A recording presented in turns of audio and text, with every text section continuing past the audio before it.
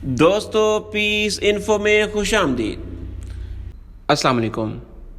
ہم آپ کو ادوار رسول اللہ صلی اللہ علیہ وآلہ وسلم کی قسط نمبر 9 میں خوش آمدید کہتے ہیں، جس میں آپ جانیں گے اسلام کی پہلی جنگ غزوہ بدر کے بارے میں اور غزوہ بدر کی جنگ کے اسباب۔ لیکن اگر آپ نے ہمارا چینل سبسکرائب نہیں کیا تو سبسکرائب کر دیں اور گھنٹی کے نشان کو بھی دبا دیں تاکہ آپ کو ہر آنے والی نئی ویڈیو کا نوٹیفیکیشن ٹائم پہ مل سکے۔ Thank you. غزوہ بدر 17 رمضان 2 ہجری یعنی 13 مارچ 624 عیسوی کو محمد صلی اللہ علیہ وآلہ وسلم کی قیادت میں مسلمانوں اور ابو جہل کی قیادت میں مکہ کے قبیلے قریش اور دیگر عربوں کے درمیان میں مدینہ میں جنوب مغرب میں بدر نامی مقام پر ہوا۔ اسے غزوہ بدر کہتے ہیں۔ قریش مکہ نے مدینہ کی اس اسلامی ریاست پر حملہ کرنے کا اس لیے بھی فیصلہ کیا کہ وہ رستہ جو مکہ سے شام کی طرف جاتی تھی مسلمانوں کی زد میں تھی۔ اس راستے کی تجارت سے اہل مکہ لاکھوں اشرفیاں سالانہ حاصل کرتے تھے۔ اس کا اندازہ ہمیں اس واقعے سے ہوتا ہے کہ بنو اوس کے مشہور سردار حضرت سعد بن معاذ رضی اللہ تعالی عنہ جب طواف مکہ کے لیے گئے تو ابو جہل نے خانہ کعبہ کے دروازے پر انہیں روک دیا اور کہا، تم ہمارے دین کے مرتدوں کو پناہ دو اور ہم تمہیں اطمینان کے ساتھ مکہ میں طواف کرنے دیں۔ اگر تم امیہ بن خلف کے مہمان نہ ہوتے تو یہاں سے زندہ نہیں جا سکتے تھے۔ یہ سن کر حضرت سعد بن معاذ رضی اللہ تعالی عنہ نے جواب دیا، خدا کی قسم اگر تم نے مجھے اس سے روکا تو میں تمہیں اس چیز سے روک دوں گا جو تمہارے لیے اس سے اہم تر ہے، یعنی مدینہ کے پاس سے تمہارا رستہ۔ حضرت محمد صلی اللہ علیہ وآلہ وسلم اور ان کے ساتھیوں کو مدینہ میں تبلیغ کرنے کی پوری آزادی تھی اور اسلام کے اثرات دور دراز علاقوں میں پہنچ رہے تھے۔ جنوب کے یمنی قبائل میں سے بھی بہت سلیم الفطرت لوگ مشرف با اسلام ہو رہے تھے اور ان کی محنت سے بحرین کا ایک سردار عبد القیس مدینہ کی طرف آ رہا تھا کہ قریش مکہ نے رستے میں اسے روک دیا۔ اس سے یہ بات واضح ہو گئی کہ جب تک خدا پرستی اور شرک میں ایک چیز ختم نہیں ہو جاتی کشمکش ختم نہیں ہو سکتی۔ رجب 2 میں حضرت محمد صلی اللہ علیہ وآلہ وسلم نے عبداللہ بن حجش کی قیادت میں 12 آدمیوں پر مشتمل ایک دستہ اس غرض سے بھیجا کہ قریش کے تجارتی قافلوں کی نقل و حرکت پر نظر رکھے۔ اتفاق سے یہ قریشی قافلہ مل گیا اور دونوں گروہوں کے درمیان میں جھڑپ ہو گئی، جس میں قریش مکہ کا ایک شخص عمر بن الحزمی قتل ہوا اور 2 گرفتار ہوئے۔ جب عبداللہ بن حجش رسول اللہ صلی اللہ علیہ وآلہ وسلم کے پاس پہنچے تو حضور اکرم صلی اللہ علیہ وآلہ وسلم نے اس واقعے پر ناپسندگی کا اظہار فرمایا۔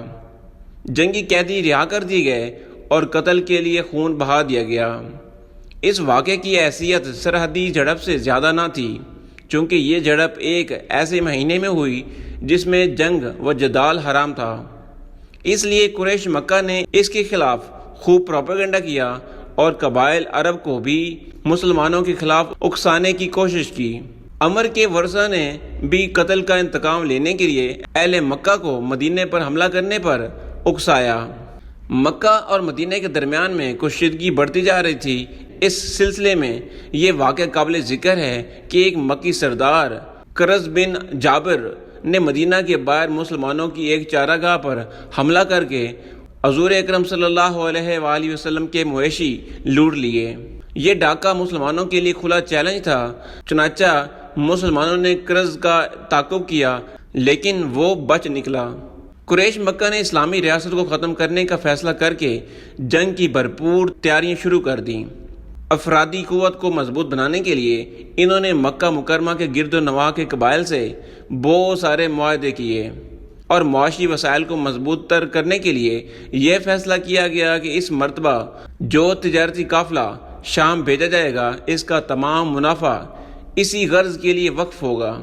چنانچہ ابو سفیان کو اس قافلے کا قائد مقرر کیا گیا اور مکہ مکرمہ کی عورتوں نے اپنے زیور تک کاروبار میں لگائے۔ اسلامی ریاست کے خاتمے کے لیے اس منصوبے نے مکہ مکرمہ اور مدینہ منورہ کے درمیان میں کشیدگی میں بہت زیادہ اضافہ کر دیا۔ جب ابو سفیان کا قافلہ واپس آ رہا تھا تو ابو سفیان کو یہ خطرہ محسوس ہوا کہ کہیں یہ قافلہ رستے میں ہی نہ لوٹ لیا جائے، چنانچہ اس نے ایک ایلچی کو بھیج کر مکہ سے امداد منگوائی۔ قاصد نے عرب دستور کے مطابق اپنے اونٹ کی ناک چیر دی اور رنگ دار رومال ہلا کر واویلا کیا اور اعلان کیا کہ ابو سفیان کے قافلے پر حملہ کرنے کے لیے محمد صلی اللہ علیہ وآلہ وسلم بڑا چلا آ رہا ہے، اس لیے فوراً امداد کے لیے پہنچو۔ اہل مکہ سمجھے کہ قریش کا قافلہ لوٹ لیا گیا ہے، سب لوگ انتقام کے لیے نکل کھڑے ہوئے۔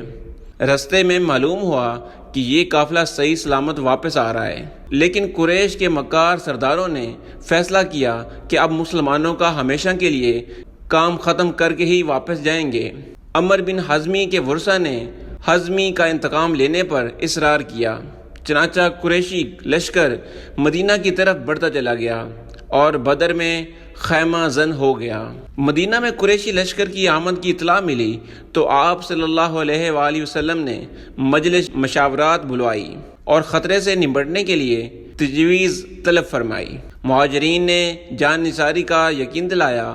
آپ صلی اللہ علیہ وآلہ وسلم نے دوبارہ مشورہ طلب کیا، لیکن انصار میں سید سعد بن عبیدہ نے عرض کیا کہ غالباً آپ کا روح سخن ہماری طرف ہے۔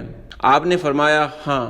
حضرت سعد بن عبیدہ نے عرض کیا کہ یا رسول اللہ، ہم آپ پر ایمان لائے، ہم نے آپ کی تصدیق کی اور گواہی دی کہ جو کتاب آپ لائے ہیں وہ حق ہے، اور ہم نے آپ کی اطاعت کی اور فرما برداری کا عہد کیا۔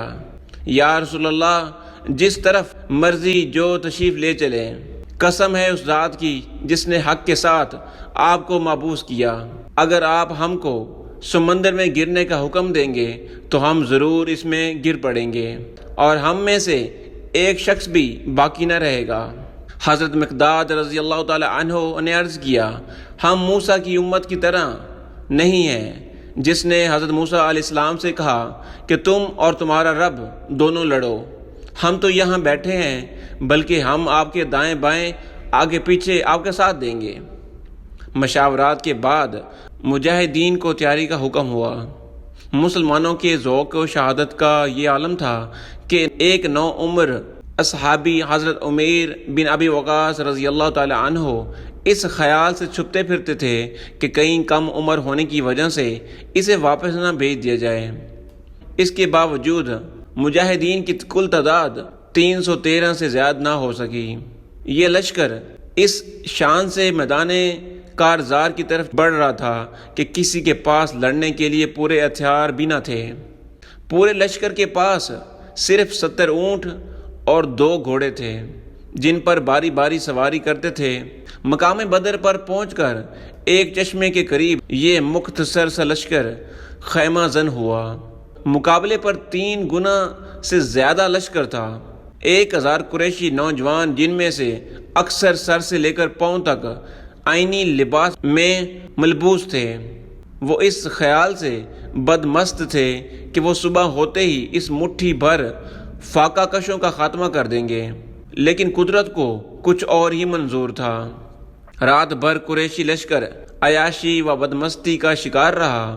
خدا کے نبی حضرت محمد صلی اللہ علیہ وآلہ وسلم نے خدا کے حضور آؤ زاری میں گزاری اور قادر مطلق سے فتح کی دعا کی اور اللہ تعالیٰ نے آپ کو فتح کی بشارت دی۔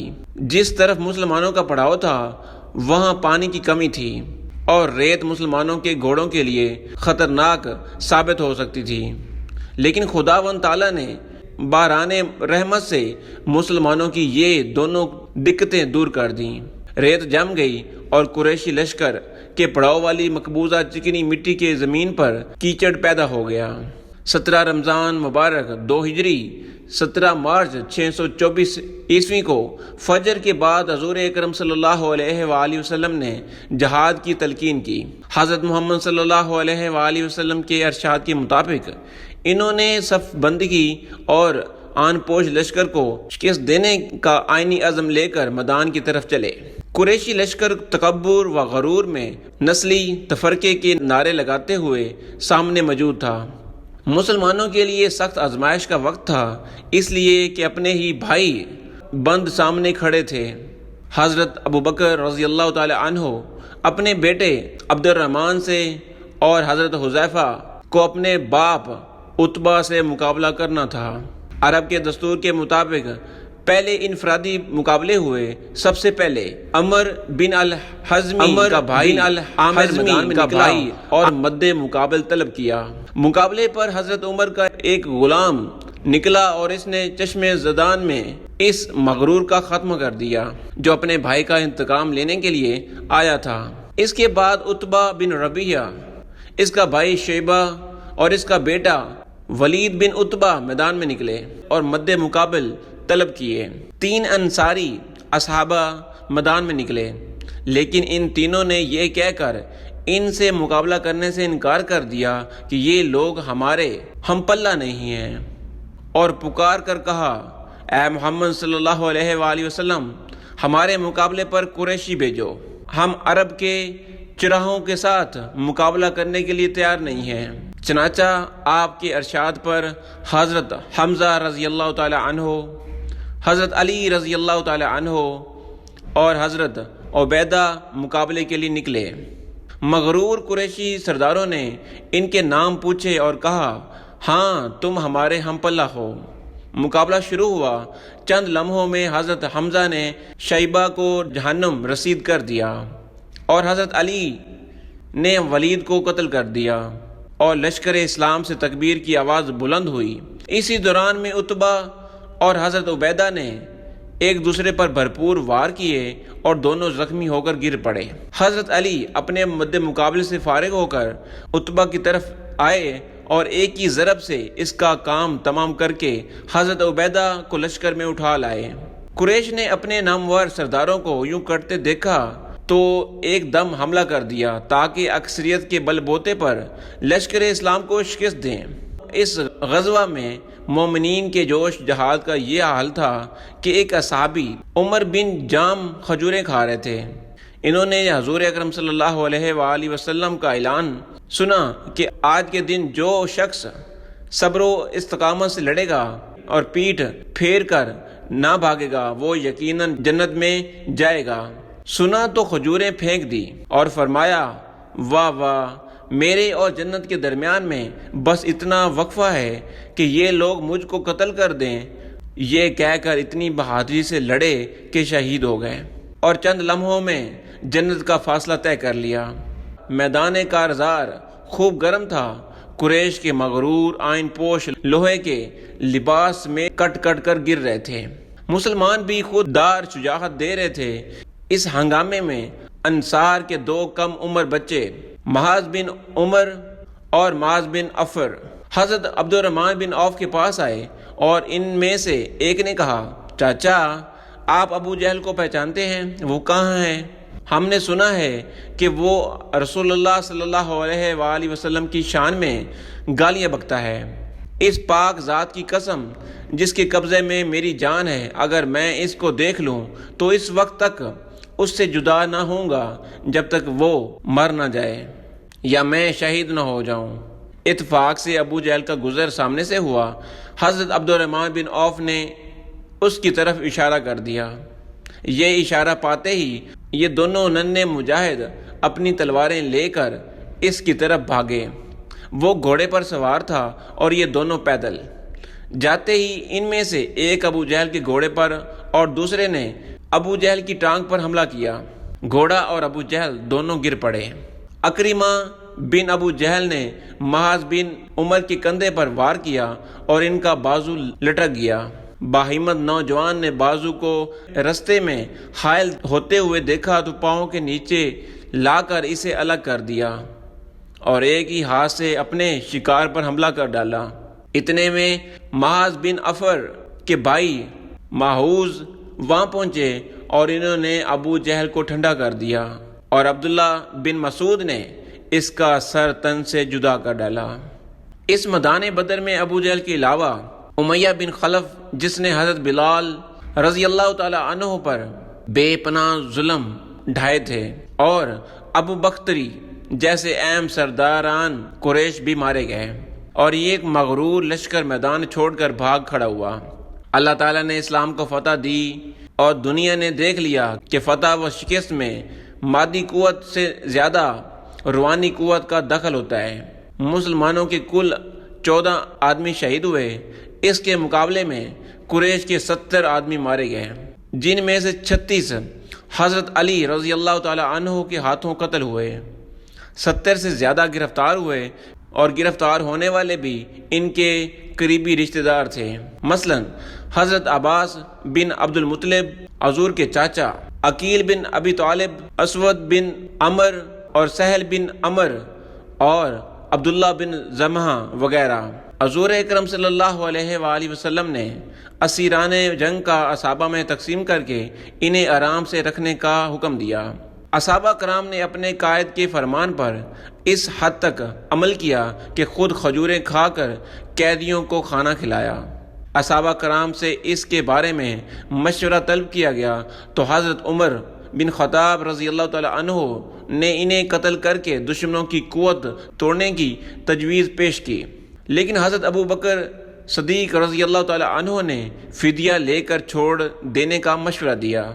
حضور اکرم صلی اللہ علیہ وآلہ وسلم نے حضرت ابو بکر رضی اللہ تعالی عنہ سے اتفاق کرتے ہوئے اسیران جنگ کو فدیہ لے کر چھوڑ دیا، جو قیدی غربت کی وجہ سے فدیہ ادا نہ کر سکتے تھے اور پڑھے لکھے تھے۔ انہیں 10 مسلمانوں کو پڑھنا لکھنا سکھانے کے عوض رہا کر دیا گیا۔ یہ قیدی حسن و سلوک سے اس حد تک متاثر ہوئے کہ ان میں سے بہت سارے مشرف با اسلام ہوئے، جن میں عباس بن عبد المطلب اور عقیل بن ابو طالب شامل تھے۔ غزوہ بدر میں مسلمان قریش کے مقابلے میں 1/3 سے بھی کم تھے۔ قریش کے پاس اسلحہ بھی مسلمانوں سے زیادہ تھا۔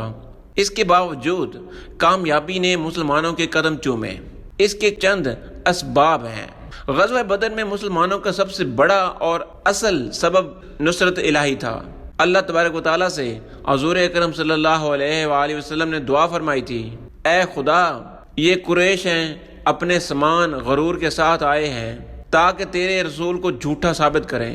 اے اللہ، اب تیری وہ مدد آ جائے جس کا تو نے مجھ سے وعدہ فرمایا ہے۔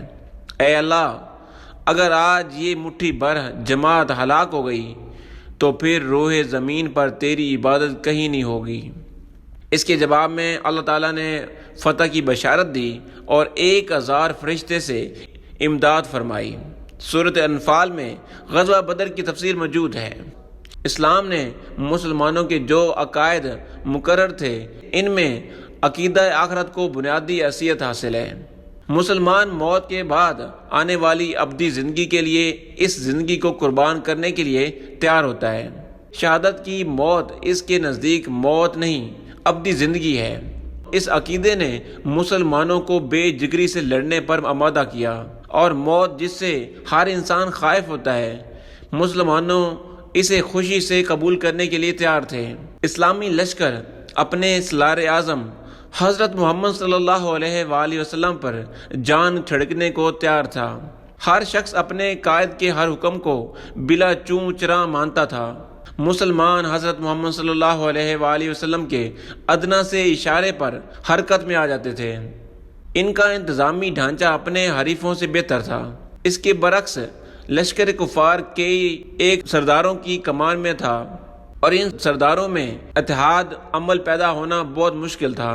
چنانچہ جب قریش نے مل کر حملہ کیا تو اسے مسلمانوں نے روک لیا، لیکن مسلمانوں کے منظم حملے کو قریش نہ روک سکے۔ عام لڑائی کے آغاز سے پہلے 3 نامور قریشی سردار میدان میں آئے، اور انہوں نے نہایت متکبرانہ انداز میں مد مقابل طلب کیے، لیکن وہ تینوں قتل ہوئے۔ عتبہ، ولید، شیبہ قریش کے بہت بہادر سردار سمجھے جاتے تھے۔ ان کے قتل سے قریش کے حوصلے پست ہو گئے۔ بعد میں ابو جہل کی ہلاکت نے رہی صحیح کسر پوری کر دی۔ قبائلی نظام جہاں بھی ہوگا، اتحاد کا مل پیدا ہونا ناممکن ہے۔ قبائلی غرور تنظیم کا دشمن ہوتا ہے۔ قریشی لشکر بھی اسی اصول سے نہ بچ سکا۔ اس وجہ سے مکہ سے آنے والے لشکر میں اتحاد کا فقدان تھا۔ اگرچہ لشکر قریشی خاندانی شرافت کو برقرار رکھنے کے لیے میدان جنگ میں آ گیا، لیکن اس مسئلے پر ان کے درمیان میں اختلاف رائے اور بددلی پائی جاتی تھی۔ ابو سفیان جب اپنے قافلے کو بچا کر نکل گیا تو اس نے پیغام بھیجا کہ جنگ کیے بغیر واپس لوٹ آؤ، لیکن ابو جہل نہ مانا۔ اس پر بنی زاہرہ اور بنی عدی واپس لوٹ گئے، اور بنو ہاشم سے مغرور قریشی سردار نے کہا، اے بنو ہاشم، اگرچہ تم ہمارے ساتھ چلے آئے، لیکن تمہارا دل تو حضور اکرم صلی اللہ علیہ وآلہ وسلم کے ساتھ ہے۔ اس پر بنی ہاشم میں ایک گروہ طالب بن ابی طالب کی سرکردگی میں واپس لوٹ گیا۔ حکیم اور عتبہ نے بھی جنگ نہ کرنے کا مشورہ دیا، لیکن ابو جہل اور عمر بن حزمی کے خاندان کے اصرار پر معرکہ کارزار گرم ہو کر رہا۔ اس سلسلے میں یہ بات بھی قابل ذکر ہے کہ بہت قریشی پکار کر کہہ رہے تھے کہ ہمیں محسوس ہوتا ہے کہ آسمان سے ہم پر بلائیں نازل ہو رہی ہیں۔ ان کے بہت افراد نے ایسے خواب دیکھے تھے جن میں ان کی تباہی کی خبر دی گئی تھی۔ ان تمام چیزوں کی حقیقت یہ تھی کہ جو لوگ اسلام کی حقانیت کو سمجھتے تھے اور انہیں معلوم تھا کہ ہم خدا کا مقابلہ کرنے جا رہے ہیں، اس لیے وہ خواب دیکھتے تھے کہ ان خوابوں کے عام چرچوں سے لشکر قریش میں اندر ہی اندر بددلی پھیلی ہوئی تھی۔ مسلمانوں کی کامیابی کی دیگر وجوہات بھی تھیں۔ مثلا قریش کو لڑائی کے وقت سورج سامنے پڑتا تھا اور اس سے ان کی آنکھیں چندیا رہی تھی۔ جنگ سے چند گھنٹے پہلے بارش ہوئی جس نے قریش کے پڑاؤ کے قریب کیچڑ پیدا کر دیا، جبکہ مسلمانوں کا پڑاؤ ریتلی زمین پر تھا اور انہیں اس سے فائدہ پہنچا کہ ریت جم گئی۔ ایسی تمام چیزوں کو مسلمانوں نے اپنے لیے غیبی امداد سمجھا اور قریش مکہ نے اسے برے شگن لیے اور ان کے حوصلے پست ہوتے چلے گئے۔ جنگ بدر حق اور باطل کے درمیان میں فیصلہ کن معرکہ تھا۔ اس کی اہمیت اور اثرات کا اندازہ درج ذیل امور سے بھی ہو سکتا ہے۔ اللہ تعالیٰ نے مسلمانوں کے ساتھ وعدہ فرمایا تھا کہ تجارتی قافلہ اور قریشی لشکر میں ایک ضرور سامنے آئے گا۔ ابو جہل اور دیگر قریشی سرداروں نے مکہ سے روانہ ہونے سے پہلے خانہ کعبہ کا پردہ پھاڑ کر دعا کی تھی کہ خدایا دونوں گروہوں میں سے جو بہتر ہے اس کو فتح عطا کر، اور جو برسر ظالم ہو اسے تباہ کر۔ چنانچہ غزوہ بدر میں اللہ تعالیٰ نے فیصلہ فرما دیا کہ کون حق اور کون باطل پر ہے۔ میدان بدر میں آنے والی قریشی لشکر کی حالت یہ تھی کہ وہ اکڑتا ہوا اور لوگوں کو نمائش کرتا ہوا بڑھ رہا تھا۔ ان کا ارادہ تھا کہ بدر میں لگنے والے میلے میں لوگ ہماری قوت دیکھیں گے تو پورا عرب ہمارا دیوانہ ہو جائے گا، لیکن جنگ بدر نے ان کا غرور مٹی میں ملا دیا۔ غزوہ بدر میں اسلام کی فتح نے اسلامی حکومت کو عرب کی ایک عظیم قوت بنا دیا۔ ایک مورخ کے الفاظ یہ ہیں، جنگ بدر سے پہلے اسلام صرف ایک مذہب تھا، مگر جنگ بدر کے بعد مذہب ریاست بلکہ خود ریاست بن گیا۔ مدینہ میں بنو اوس اور بنو خزرج قبائل کے بہت سے لوگوں نے ابھی تک اسلام قبول نہیں کیا تھا اور وہ ہوا کا رخ دیکھ رہے تھے۔ 313 کے ہاتھوں 1000 قریشی سرداروں کی شکست نے ان پر لات و منات و عزا اور حبل کی قوت کا کھوکھلا پن واضح کر دیا۔ غزوہ بدر کے نتیجہ کے طور پر بہت سے ایسے لوگوں نے بھی اسلام قبول کر لیا جو فی الحقیقت اسلام کے قائل نہ تھے بلکہ دل سے اس کی دشمن تھے۔ اس کے نتیجے کے طور پر منافقین کا گروہ پیدا ہو گیا تھا جو بعد میں مسلمانوں کے اندر گھس کر خلاف اسلام سرگرمیوں میں مصروف رہا۔ عبداللہ بن ابی رئیس المنافقین نے بھی جنگ بدر کے بعد مسلمان ہونے کا اعلان کر دیا۔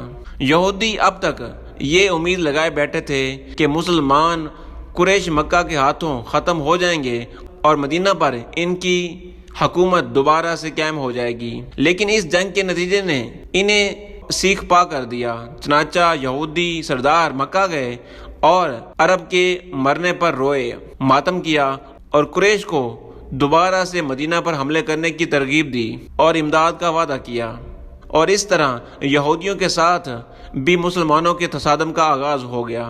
قریش مکہ کے بڑے بڑے سردار اس جنگ میں مارے گئے، صرف ابو سفیان بچا تھا جو اس جنگ میں شریک نہیں ہوا تھا، اس لیے قریش کی قیادت ابو سفیان کے ہاتھوں میں آ گئی۔ بنو امیہ کے اقتدار کی جدوجہد کے پس منظر میں ابو سفیان کو بڑا دخل حاصل تھا۔ مکہ پہنچ کر ابو سفیان اور اس کی بیوی ہندہ نے انتظامی جذبات کو بھڑکایا اور مدینہ پر دوبارہ حملے کی تیاری شروع کر دی، اور اس کے بعد اسلام کے خلاف تمام جنگوں میں کفار مکہ کی قیادت اس نے کی۔ غزوہ بدر اسلام اور کفر کا پہلا اور اہم ترین تصادم ہے۔ اس سے دنیا پر واضح ہو گیا کہ نصرت الہی کی بدولت مومنین اپنے سے کئی گنا فوج کو شکست دے سکتے ہیں۔ اللہ تعالیٰ نے قرآن پاک میں 100 مومنوں کو 1000 کافروں پر فتح کی بشارت دی۔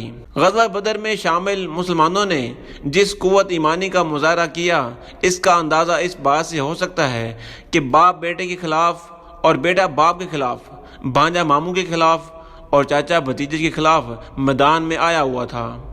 حضرت عمر رضی اللہ تعالی عنہ نے اپنے ماموں کو اپنے ہاتھوں سے قتل کیا۔ حضرت ابو بکر رضی اللہ تعالی عنہ کے بیٹے عبد الرحمن نے، جو قریش کی طرف سے جنگ میں شریک ہوئے تھے، اسلام لانے کے بعد ایک دفعہ حضرت ابو بکر رضی اللہ تعالی عنہ کو بتایا کہ جنگ میں ایک مرتبہ آپ میری زد میں آ گئے تھے، لیکن میں نے آپ پر وار کرنا پسند نہ کیا۔ حضرت ابو بکر رضی اللہ تعالی عنہ نے فرمایا، خدا کی قسم اگر تم میری زد میں آ جاتے تو کبھی لحاظ نہ کرتا۔ حضرت حذیفہ کا باپ عتبہ بن ربیع لشکر قریش کا سپہ سالار تھا اور سب سے پہلے قتل ہونے والوں میں شامل تھا۔ اس جنگ کا ایک اور پہلو یہ ہے کہ مسلمانوں نے بہت نظم و ضبط سے دشمنوں کا مقابلہ کیا اور اپنی صفیں نہیں ٹوٹنے دیں۔ جنگ کے خاتمے پر اللہ اور اللہ کے رسول کے حکم کے تحت مال غنیمت کی تقسیم ہوئی۔ مال غنیمت کی اتنی پرامن اور دیانت دارانہ تقسیم کی مثال کم ہی ملتی تھی۔ مسلمانوں کو تقوی اور اطاعت رسول کی وجہ سے ان کی برتری روز روشن کی طرح ثابت ہو گئی اور کفار کے حوصلے پست ہوئے، جبکہ مسلمانوں کا اللہ پر توکل بہت بڑھ گیا۔ اگر آپ کو ہماری ویڈیو پسند آئی ہو اور ایسی انفارمیٹیو ویڈیو کے لیے ہمارے چینل کو لائک کیجئے، کامنٹس کیجئے اینڈ سبسکرائب کیجئے اور شیئر بھی کیجئے۔ Thank you for watching.